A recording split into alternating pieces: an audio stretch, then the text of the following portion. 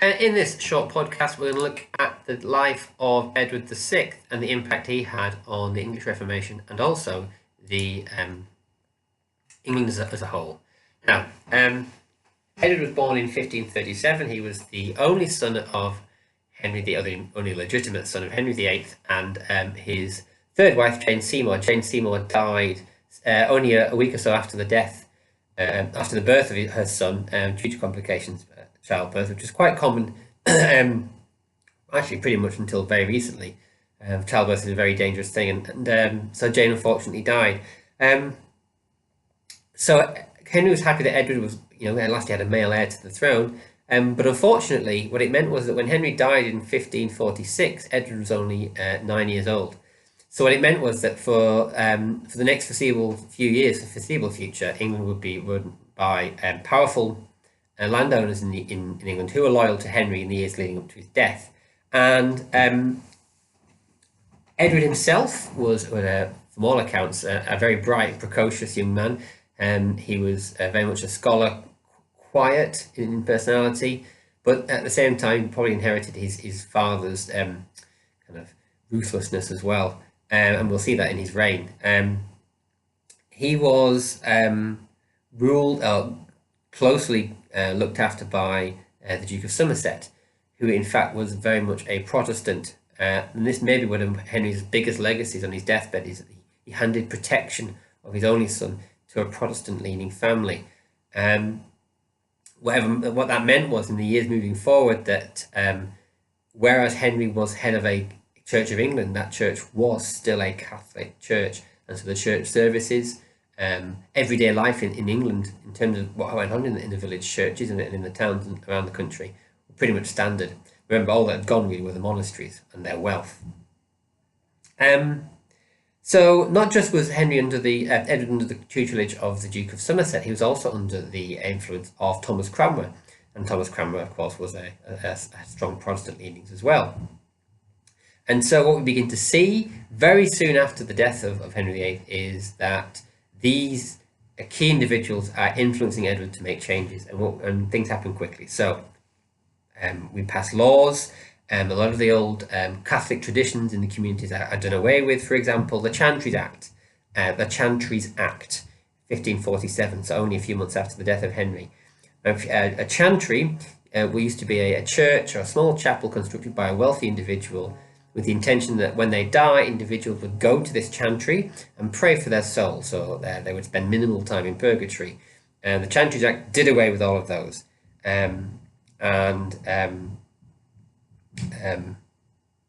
all money and properties and all that property from the land where the chantries were built, and they were all demolished, were sent to the crown. Again, more money for the king.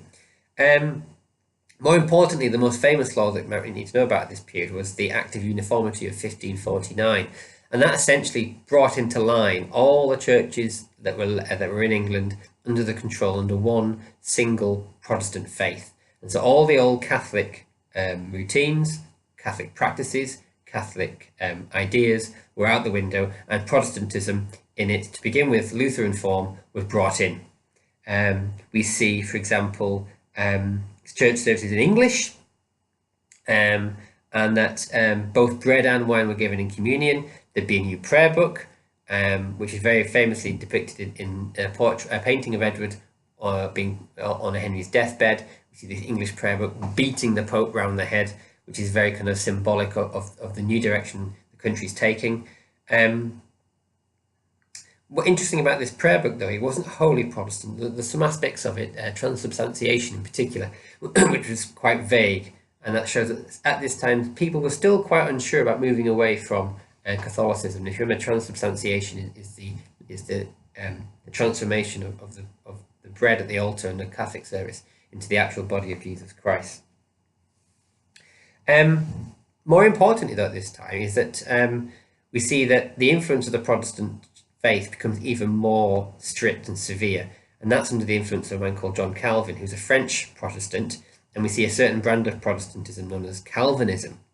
And under John Calvin and his influences in England, the Protestant church becomes very strict. So all festivals are done away with. dancing, singing is prohibited. It is this notion that you cannot buy your way into heaven, that you are either going to be evil or good, and it's God's decision, even perhaps before you were born, that you're going to go to hell or not. So in many ways, it does away with purgatory. But what it means is that whilst on earth, you do follow a strict moral code. The most extreme versions of Calvinism was, of course, the Puritans, and we'll see more of them as time moves on. Now, what's the reaction to this move away from Catholicism and into Protestantism across England?